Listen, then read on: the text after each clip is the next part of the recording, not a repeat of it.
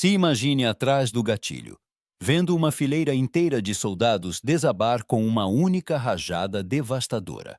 Aquele som inconfundível põe um alvo nas suas costas na mesma hora. Você vira o alvo principal de todo atirador de elite inimigo, de todo observador de artilharia e de todo comandante de tanque que vasculha o campo de batalha.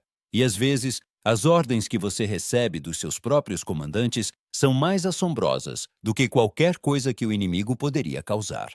Ordens que vão te seguir em todo o pesadelo, pelo resto da sua vida. Essa era a realidade brutal das equipes de metralhadora alemãs na Segunda Guerra.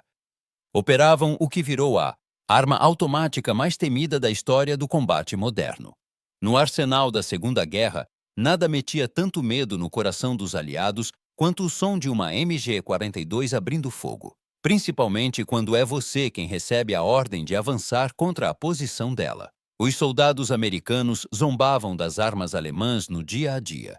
Colavam apelidos sarcásticos em tudo, da bomba idiota ao batedor de porta para canhões antitanque que ricocheteavam sem causar dano na blindagem do Sherman. Mas a serra elétrica de Hitler não rendia piadas. A arma disparava 1.200 tiros por minuto.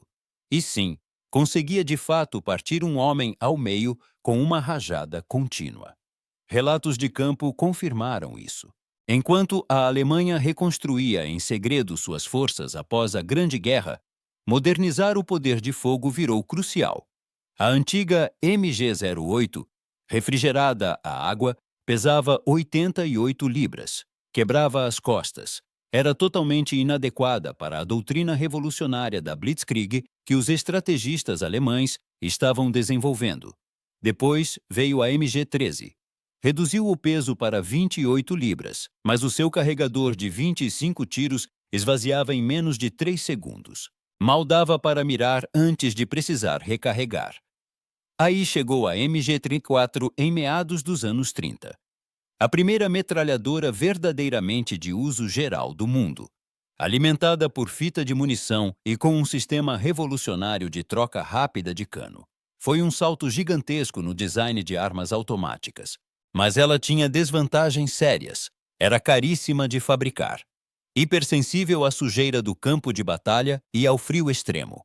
E exigia 150 horas de trabalho para produzir cada unidade. A Wehrmacht precisava de algo melhor. Os engenheiros alemães receberam uma missão quase impossível: projetar uma metralhadora mais confiável, capaz de disparar de 20 a 25 tiros por segundo, torná-la mais barata de produzir e simplificar a fabricação. O que eles criaram virou talvez a melhor metralhadora já projetada. Ela segue em serviço até hoje, com apenas pequenas atualizações. A MG-42 mudou tudo. Feita com peças de metal estampadas e não com componentes usinados com precisão, cortou pela metade os custos e o tempo de produção. A confiabilidade melhorou muito em relação à antecessora, e sua cadência de tiro mais que dobrou o que as metralhadoras aliadas conseguiam. No fim da guerra, as fábricas alemãs tinham produzido mais de 400.000 unidades, o bastante para espalhar caos em todos os teatros do conflito. Entender a estrutura do esquadrão alemão revela por que as equipes de metralhadora enfrentavam tanto tormento psicológico. Enquanto a infantaria aliada usava metralhadoras para apoiar os atiradores de fuzil, a Wehrmacht montava esquadrões inteiros em torno da própria metralhadora. Cada decisão tática, cada movimento, cada posição. Tudo girava em torno de maximizar o poder letal daquela arma. Um esquadrão alemão padrão tinha 10 homens. Uma equipe de metralhadora de 3 homens formava seu coração letal. O atirador operava a MG-34 ou a MG-42. Levava um tambor de 50 tiros para a ação imediata e uma pistola como reserva. Seu auxiliar carregava 4 tambores extras, mais uma caixa de munição de 300 tiros, armado apenas com uma pistola. Esse homem alimentava as fitas, resolvia panes, recarregava e fazia trocas de cano rapidíssimas durante o combate. Quando o atirador principal caía, e muitos caíam, o assistente assumia seu lugar na metralhadora na hora. O terceiro membro da equipe, o porta-munição, levava mais 2 caixas de 300 tiros e empunhava uma carabina K-98 encurtada. Juntos, Esses 3 homens transportavam no mínimo 1.800 tiros, munição Mauser de 7,92 milímetros. Os 7 membros restantes do grupo eram liderados por um sargento com uma MP-40 e contavam com o apoio de 5 atiradores armados com fuzil. Atuavam como um escudo protetor ao redor desse núcleo letal. A missão deles era uma só: manter aquela metralhadora atirando a qualquer custo. Durante os assaltos, os atiradores avançavam, enquanto a metralhadora fazia fogo de supressão. Na defesa, protegiam contra ataques pelos flancos que ameaçavam a posição da arma. Essa doutrina tática criava um paradoxo terrível. A guarnição da metralhadora concentrava o maior poder de fogo do grupo e, ao mesmo tempo, se tornava seu elemento mais vulnerável. As forças inimigas sabiam que calar a metralhadora significava quebrar a espinha do grupo.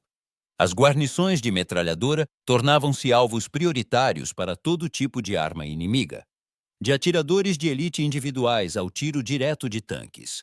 Operar a MG-42 exigia habilidade excepcional e coordenação impecável da equipe. Um cano novo permitia cerca de 20 segundos de fogo contínuo antes que o calor se tornasse crítico. Depois de aproximadamente 250 tiros, o cano precisava de troca imediata. Uma troca que equipes experientes executavam em poucos segundos. Manuais da infantaria aliada instruíam especificamente os soldados a observar essas trocas de cano e a aproveitar aqueles breves momentos para avançar as posições. Com o bipé estendido, a MG-42 seguia relativamente portátil para atirar deitado. Era ideal para operações ofensivas, mas o recuo castigava o ombro do atirador sem piedade. No tripé, ela virava uma metralhadora pesada fixa. Era um pesadelo em posição defensiva. O tripé Lafette tinha um mecanismo embutido brilhante que fazia a arma varrer automaticamente arcos predeterminados enquanto atirava. Com esse tripé e miras ópticas, as guarnições conseguiam fazer fogo devastador e preciso a longas distâncias, até tiros rasantes a poucas polegadas do chão. Algumas guarnições prendiam um cordão ao mecanismo do gatilho. Assim podiam atirar à distância, de posições abrigadas. O que separava os metralhadores da infantaria comum não era só a arma, era o fardo psicológico esmagador que carregavam. Um fuzileiro podia matar uma dúzia de inimigos em um combate. Um metralhador podia matar centenas em minutos. Pense em Heinz Severloh, um metralhador alemão posicionado na praia de Omaha, no dia D. Naquele único dia, ele disparou aproximadamente 13.000 tiros. Provavelmente matou ou feriu centenas, talvez milhares de soldados americanos. Como a mente humana processa essa escala de morte? A resposta sincera é simples: muitas vezes não consegue. Registros militares alemães documentam numerosos casos de metralhadores sofrendo colapsos psicológicos completos após grandes batalhas, principalmente na frente oriental. Os ataques soviéticos em ondas humanas significavam atirar sem parar em massas de soldados avançando, até o cano ficar vermelho, ou até a munição acabar de vez. O que esses homens testemunharam desafia a imaginação. Mesmo sendo horrível, o combate ainda tinha um sentido terrível. Você atira em soldados que tentam te matar. Isso é guerra. Mas as equipes de metralhadora às vezes recebiam ordens que ultrapassavam um limite. Iam para algo muito mais sombrio. Em territórios ocupados, as metralhadoras alemãs viraram instrumentos de terror e represália. Após ataques da resistência, eram usadas em execuções em massa de populações civis. Na Iugoslávia ocupada, aproximadamente 2.700 civis foram assassinados em Kragujevac como retaliação por operações de guerrilheiros. Comandantes alemães impuseram um cálculo brutal: 100 civis executados para cada soldado alemão morto, 50 para cada ferido. Eles contabilizavam suas baixas, reuniam moradores da cidade e ordenavam que as equipes de metralhadora executassem o massacre, grupo após grupo, por 7 horas seguidas. Um soldado alemão se recusou a participar e foi executado na hora pelo próprio comandante por desobediência. Para os operadores de metralhadora obrigados a participar de ações assim, o dano psicológico se mostrou irreparável. Muitos ficaram assombrados e arrasados pelo restante de vida que ainda tinham. De volta ao campo de batalha, ouvia-se aquele som distinto de pano rasgando. Esse som rendeu à arma o apelido de serra elétrica e virou uma sentença de morte para as equipes.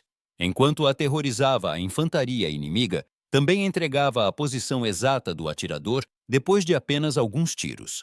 De imediato, toda arma inimiga ao alcance apontava para aquele som. As equipes precisavam mudar de posição o tempo todo durante o combate para sobreviver. Mas em posições defensivas fixas, recuar sem autorização significava execução pelos próprios oficiais. E as guarnições de metralhadora enfrentavam taxas de baixas astronômicas. A captura trazia seu próprio pesadelo. Soldados aliados que tinham acabado de ver amigos abatidos às dezenas raramente mostravam misericórdia a guarnições de metralhadora capturadas. Muitos metralhadores alemães preferiam lutar até morrer a se render. As MG-34 e 42 provaram ser tão eficazes que influenciaram praticamente toda a metralhadora moderna desenvolvida desde então. A arma segue em serviço hoje como a M3, com pequenas modificações, adaptada para a munição da OTAN. Oficiais de material bélico americanos, impressionados com seu desempenho devastador, tentaram usar engenharia reversa em exemplares capturados para criar o protótipo T-24, mas não conseguiram replicar a precisão da engenharia alemã.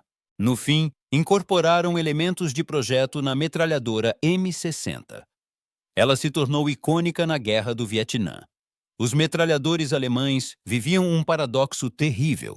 Empunhavam um poder destrutivo imenso, que ao mesmo tempo os marcava para a morte.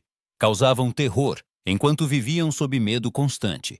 Eram o maior ativo do seu esquadrão e os homens mais caçados do campo de batalha. Na próxima vez que você ouvir aquele som distinto da MG-42 em um filme da Segunda Guerra, lembre-se, o jovem por trás daquela arma vivia com medo constante e uma culpa esmagadora. A expectativa de vida dele não se media em dias nem em horas, mas em minutos.